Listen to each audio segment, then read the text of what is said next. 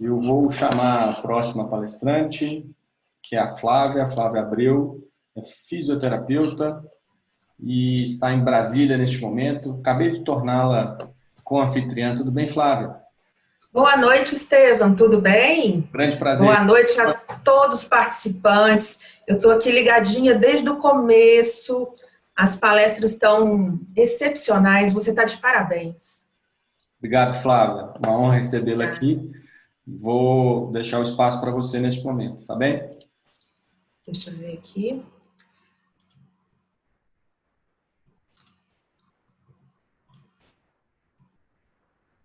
Ok aí, Estevam? Ok, já vejo sua apresentação. Tela está cheia? Ainda não. Não. Foi. Agora sim. Primeiramente, eu gostaria de agradecer você, Estevam, pela realmente confiança, né, em me convidar para esse evento.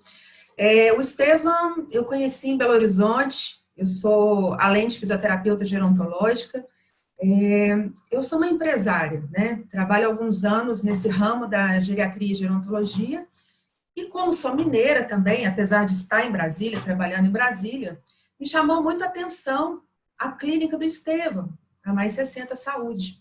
Então, em um momento que eu estava passeando lá em Minas, né, voltando à minha cidade, né, do interior, Barbacena, e sempre quando você volta tem que passar por Belo Horizonte, eu fiz questão de conhecer a clínica e realmente me chamou a atenção, Estevam, pela realmente como que vocês tratam os idosos com carinho, como eles são bem atendidos, desde o momento que eu fui recebida pelas suas recepcionistas, a maneira que você realmente me mostrou a sua clínica, né, de braços abertos, sem conhecer quem eu era, né, então realmente eu tenho só que agradecer, porque você sempre demonstrou que é uma pessoa, além de ser um empresário na área de geriatria e gerontologia, faz humanização em saúde. Parabéns. Bom, não vou falar um pouco de mim, né? Não vou falar pouquinho mesmo, mas a minha vida vem realmente caminhando para esse lado do meu tema, que é um processo de deshospitalização do idoso. Alguns anos atrás, eu fui fisioterapeuta do Hospital Militar de área de Brasília, e quando eu passei nesse concurso, na primeira oportunidade, né, na época o coronel da época, me falou o seguinte: você tem uma missão aqui dentro desse hospital. Nós estamos com um número muito aumentado de pessoas idosas que estão se hospitalizando. Então, eu queria que você criasse algum programa, junto com outros profissionais, que pudesse reduzir, né, o número de pessoas que se internam.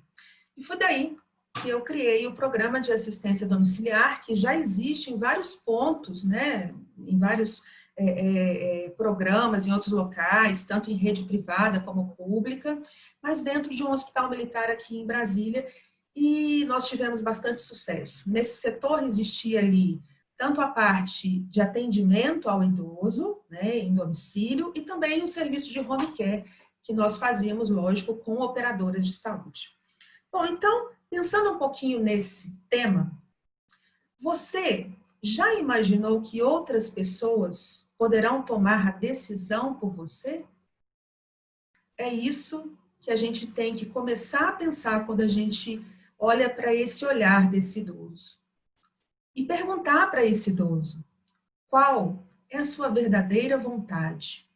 Principalmente na hora que a gente fala do envelhecimento, principalmente na hora que a gente fala de hospitalização, na hora que a gente fala, como foi a fala da doutora Flávia Canuto e da doutora Marina, na parte de cuidados paliativos, que eu acho extremamente importante. Qual é a nossa verdadeira vontade? Bom, falando um pouquinho de envelhecimento, a gente tem que entender que, à medida que a população envelhece, há um aumento de doenças crônico-degenerativas. E daí a gente começa a pensar que esses cuidados continuados e intensivos, eles vão gerando hospitalizações. Mas muitas vezes essas hospitalizações, elas são desnecessárias. Então comecem a pensar um pouquinho a respeito de hospitalização. Os custos com assistência em saúde são cada vez mais altos com uma prioridade grande para os leitos hospitalares para patologias agudas ou descompensadas. Então, na hora que a gente pensa a respeito de hospitalização, nós temos que lembrar que muitos dos pacientes que são internados, eles estão sendo internados por uma medicina que não está sendo preventiva. Ainda continuamos na parte de medicalização. Ainda fazemos um Brasil, dentro do que a gente pensa, um Brasil que medica. A gente pouco se fala em prevenção dentro do nosso país. Então, é hora da gente começar a pensar que se a maioria desses pacientes tem patologias agudas, descompensadas, o que a gente está fazendo para a nossa população? E falando um pouco de população, o que nós estamos fazendo para os nossos idosos? Então, para ilustrar um pouquinho e mostrar como que estão as internações, lembrando que esse gráfico é um gráfico que eu retirei de um Audita SUS, do site do Audita SUS, e logicamente que eu não contabilizei aqui os gastos e números de internações que nós temos, por exemplo, com a rede privada, porque se a gente fosse somar isso, seria muito maior. Do ano de 2009 até o ano de 2019, nós temos que pensar que a população acima dos 58 anos, ela aumentou em 32% o número de internações. Então, pulou de 2,4 milhões para 3,1 milhões. Se a gente for pensar, né, no somatório desse número de internações, né, somando aí todas as idades, o aumento foi só de 6%, que é grande, né? Mas, comparado com pessoas acima dos 58 anos, nós tivemos 32% de internações só no SUS. Então, isso é muito grande. E o custo dessas internações em bilhões, a gente está falando também só de SUS, nós não estamos aí juntando as redes privadas, nós temos que pensar que a população de 58 ou mais aumentou em 101%. Então, hoje, né, se a gente for imaginar, falando nesses 10 anos, subiu para 5,9 bilhões de gastos com pessoas acima dos 58 anos. Sendo que, quando a gente compara com todas as idades, esse aumento foi de 56%. Então, é um número gigantesco quando a gente pensa, né, em gastos, em custos com a saúde. E aí, eu pergunto para vocês, como será em 2060? Em 2060, nós teremos 73,5 milhões de idosos no nosso país. Perto de que hoje nós temos 30,2. Nós vamos ter 140% de aumento de idosos. E será que realmente a nossa população está preparada para o envelhecimento? Será que realmente nós, profissionais de saúde, estamos nos preparando para o envelhecimento? Então, me chamou realmente muita atenção, né, a fala da doutora Raquel, dizendo da preparação que nós realmente temos que ter um cuidado maior quando nós estamos falando aí dos cuidadores de idosos, porque exatamente os cuidadores de idosos é que estão com os nossos idosos em domicílio.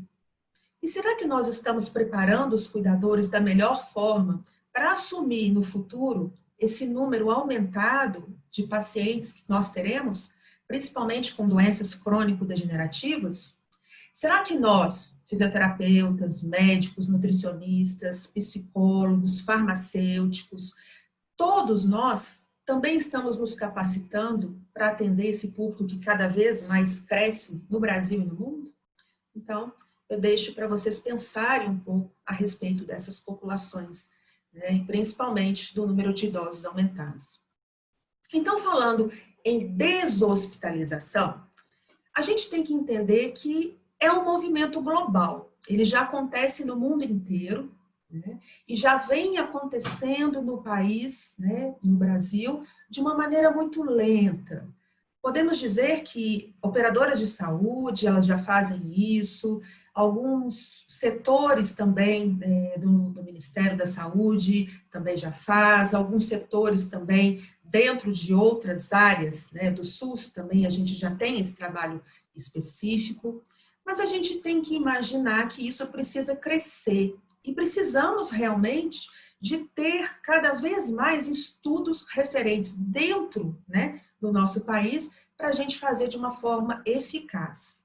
Então, na hora que a gente fala de deshospitalização, a gente tem que lembrar que qualquer tipo de assistência domiciliar que vai ser realizada por profissionais de saúde e que vão estabelecer prazos e metas para serem cumpridos diariamente e, no fim, vai prestar ali um serviço com excelência, nós podemos chamar de deshospitalização.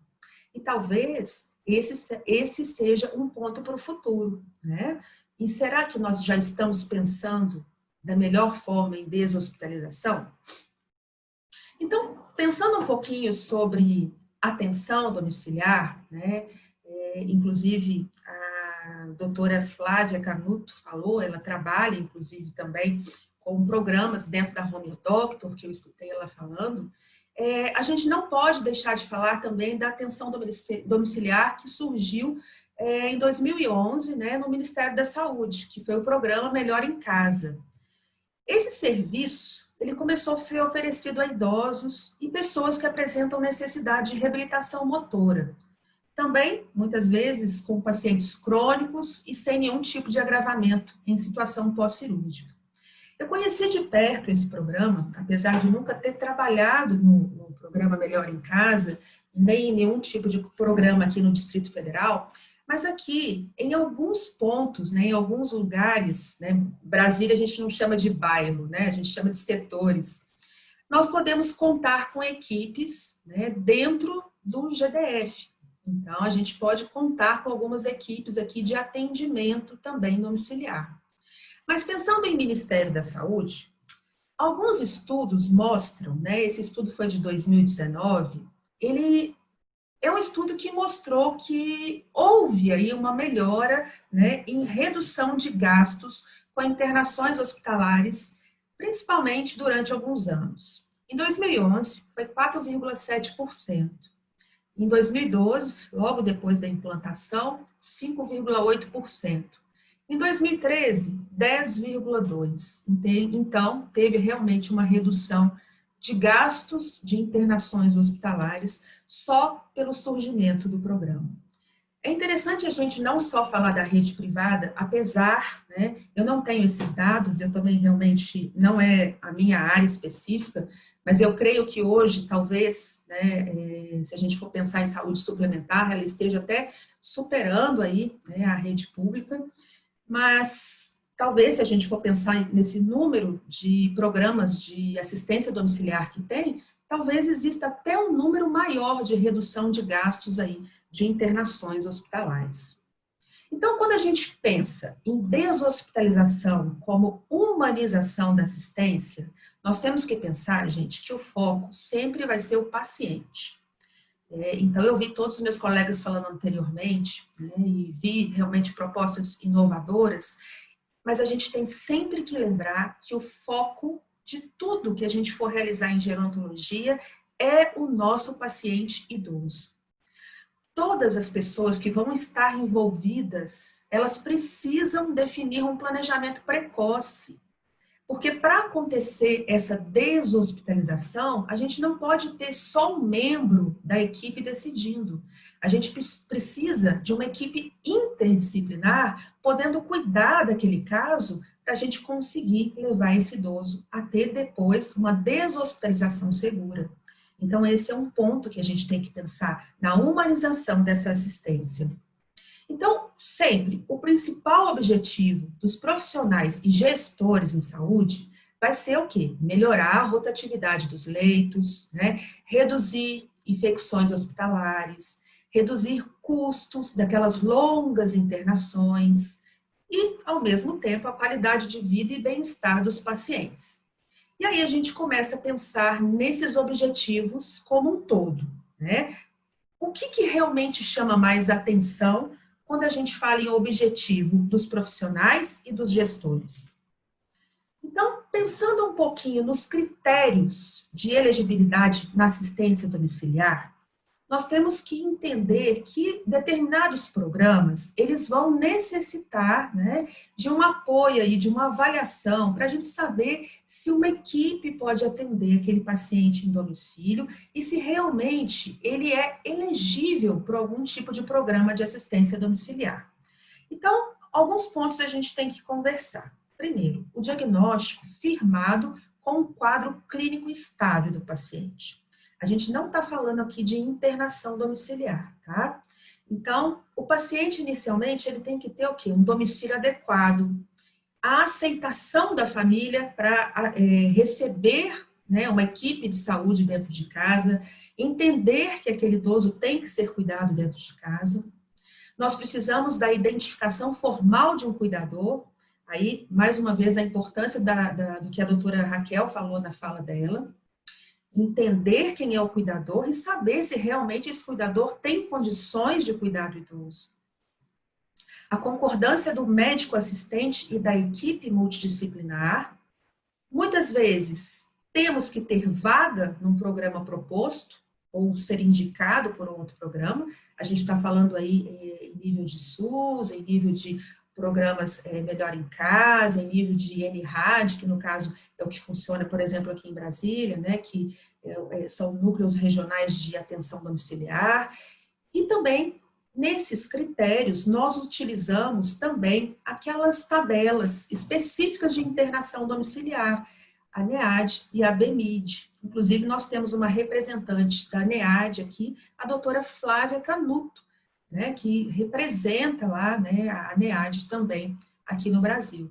Porque esses critérios, eles nos mostram se aquele idoso que está no hospital, ele é elegível para um programa ou não, se ele necessita, por exemplo, de uma internação domiciliar, né, ou talvez continuar internado no hospital, dependendo da sua complexidade. Bom, e algo que me chama muita atenção. Qual é o momento da alta hospitalar? Vocês já pensaram nisso? Os tratamentos modernos e o uso com essa boa relação custo e benefício, eles vão resultar sempre em um menor tempo de internação. Mas será, gente, que não está existindo uma pressão na alta dos pacientes? Será que eles não estão sendo rapidamente deshospitalizados antes do tempo? Porque existem dois lados da moeda. Eu nunca gosto de dar sempre ouvir só um lado. Eu gosto de ouvir os dois lados. Existe sim o lado, né, dos hospitais, que eles precisam dessa rotatividade por vários motivos. Existe o lado nosso também da saúde, que a gente pensa que quanto menos tempo o idoso ficar no hospital, melhor para ele, mas para isso a gente precisa de uma deshospitalização segura. Então, nós precisamos pensar nisso também. Quais são os critérios adotados, né? Qual é a equipe que realmente está sugerindo essa deshospitalização? Realmente esse paciente, ele está estável clinicamente e ele pode receber essa alta hospitalar para casa? Então, tudo isso tem que ser pensado, né, em todos os lados. E aí, a gente pensa, a deshospitalização precoce, né, versus aí a segurança do paciente. Então, no caderno de boas práticas do NEAD, né, a gente vê lá que para um hospital médio de 400 leitos, reduzir o tempo de permanência do paciente em um dia pode levar a equivalência a adicionar 65 novos leitos em sua capacidade. Então, essa rotação, né, rotatividade, ela ajuda também pessoas que precisam e necessitam de hospitalização. Então, ao mesmo tempo, vai ajudar na dinâmica hospitalar, vai melhorar realmente a rotatividade e, consequentemente, diminuindo custos. E talvez, dessa forma, seja aí o pensamento que vários profissionais na área de saúde têm, pensando aí no hospital do futuro, que a gente vai falar um pouquinho para frente. Então, quais são os desafios? Primeiramente, para esses pacientes que vai receber assistência domiciliar, comprometimento cognitivo, efeitos colaterais de novos medicamentos, mobilidade reduzida e maior risco de quedas, que pode acontecer com esses pacientes, depressão e falta de um sistema de suporte, documentação de alta insuficiente, orientação e comunicação deficiente, junto com o paciente, família, né? E aumento de riscos de eventos adversos e rehospitalização que pode acontecer quando esse paciente é deshospitalizado rápido demais, sem critério. Então, esses são os principais desafios da deshospitalização. Então, quando a gente pensa em deshospitalização segura, é o resultado, então, de um processo, tá? Que ele vai se iniciar na adequada solicitação médica, né? Então, isso tem que ser preservado. O médico, ele tem realmente respaldo para solicitar esse processo de deshospitalização e na qualificada avaliação do paciente. Porque aí a gente vai elaborar um plano terapêutico de cuidados em domicílio e aí começa, assim, aquela clara comunicação que tem que existir com o paciente e com a família do paciente. Sem uma equipe, sem a família e sem o paciente, a gente não consegue seguir da melhor forma. E a palavra é comunicação. Então, algumas modalidades para auto-hospitalar e a deshospitalização segura, a gente tem que começar a pensar.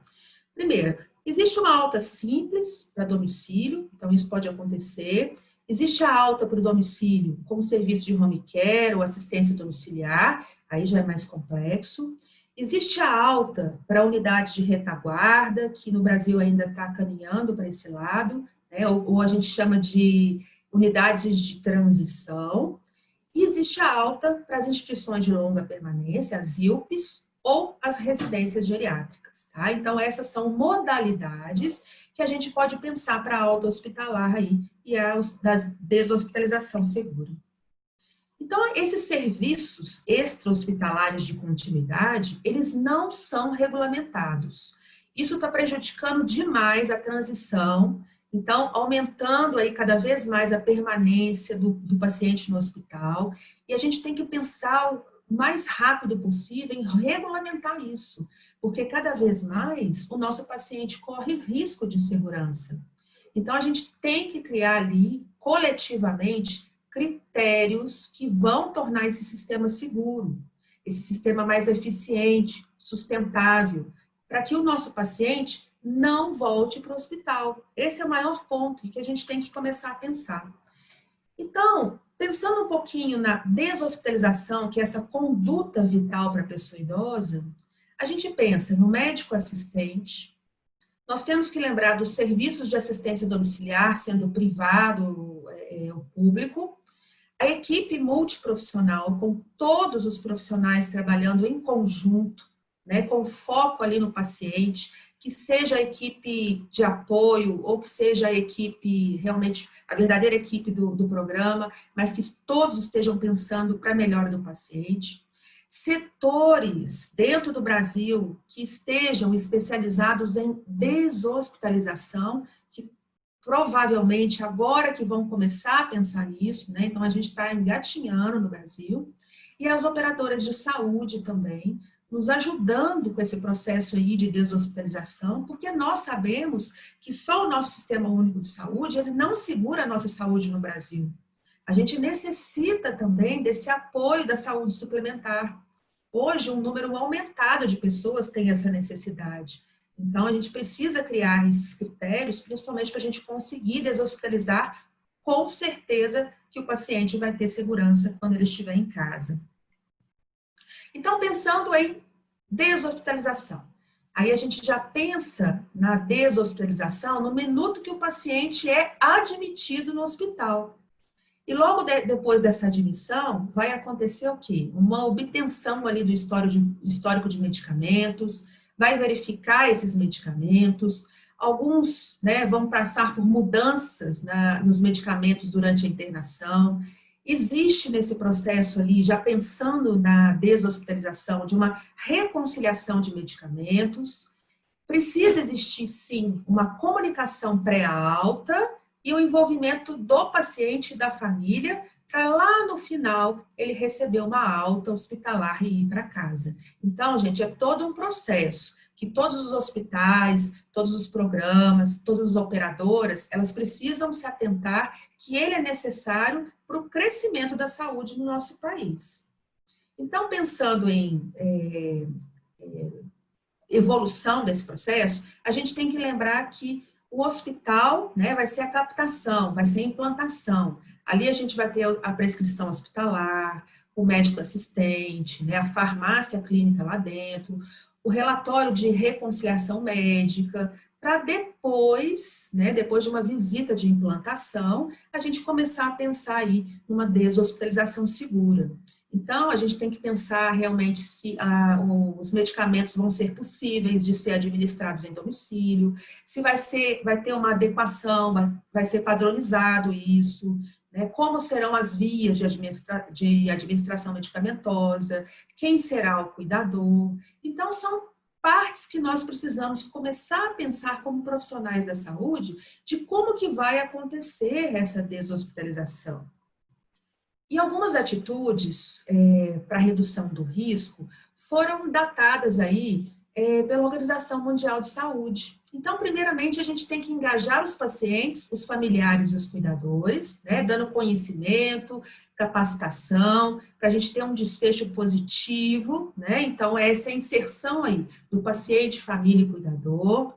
Melhorar sempre o sistema de informação, né, gente? A gente tem que investir em tecnologia, eu escutei bastante isso das nossas palestrantes anteriores, informar, melhorar a qualidade de dados, né? Mostrar esses dados para a gente reduzir erros, principalmente nessa transição, né, que é o hospital, casa do paciente, e as intervenções na alta hospitalar, que aí sim a gente vai envolver ali um planejamento de alta, uma revisão de medicamento, uma ferramenta eletrônica para facilitar informações, né? Tudo isso envolvendo educação, aconselhamento do paciente, a equipe multidisciplinar e a gente não pode esquecer da família do nosso paciente, que vai estar toda envolvida nesse processo.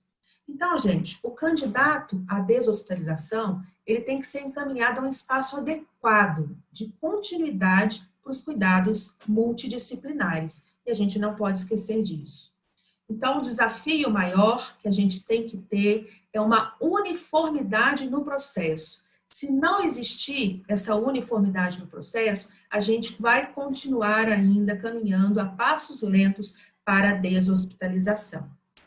Então, na hora que a gente pensa em deshospitalização, né, que é o futuro dos hospitais, tem uma fala aqui do Dr. Sidney que o hospital do futuro, ele tem de se transformar num verdadeiro centro de alta complexidade, capaz de entregar eficiência e resolutividade nos tratamentos, exercendo com maestria a arte da deshospitalização. Então, a gente deixa para os hospitais a alta complexidade. Então, a melhor maneira de evitar a hospitalização e o menor tempo de internação estão nas mãos dos geriatras e dos especialistas em gerontologia. Nós somos a base para o gerenciamento da saúde do idoso. É isso que eu queria falar com vocês. Deixo para vocês aqui os meus contatos, a minha rede, se vocês quiserem entrar em contato por e-mail, Instagram, sempre à disposição, com serviços de saúde e treinamentos na área de geriatria e gerontologia. Muito obrigada, Estevam. Obrigado, Flávia, pela sua aula. Eu confesso que quando eu te convidei, né, eu estava esperando você trazer algum tema como manobras, né, como movimentos, né, e você propôs o tema de hospitalização, eu achei bastante intrigante. E um ponto que me chamou muita atenção é que a deshospitalização não é um ponto no tempo, né? Ela é um contínuo, é um processo que começa no momento que o idoso chega no pronto-socorro, então é o momento que ele está em casa e é retomado o plano de cuidados que ele antes cuidava. Então, assim, entender como um contínuo e que precisa de integrar serviços, eu acho que foi o ponto que mais me chamou a atenção na sua apresentação. Com certeza. E essas dificuldades que a gente passa no dia a dia, né, Estevam? Então, principalmente, igual nós conversamos outro dia, essa pressa em deshospitalizar, né? algumas situações que realmente a gente precisa conversar como profissional e entender que é um processo e a gente está criando aí caminhos para ele, né? Muito bem. Flávia, muito obrigado mais uma vez por sua presença. Se você puder ficar mais uns minutinhos, tem algumas pessoas que deixaram elogios e que estão esperando a sua manifestação. Aí você participa conosco mais um pouco no chat, tá bem? Tá bom, muito obrigada, Estevam. Um grande abraço, sucesso por aí. Muito obrigada.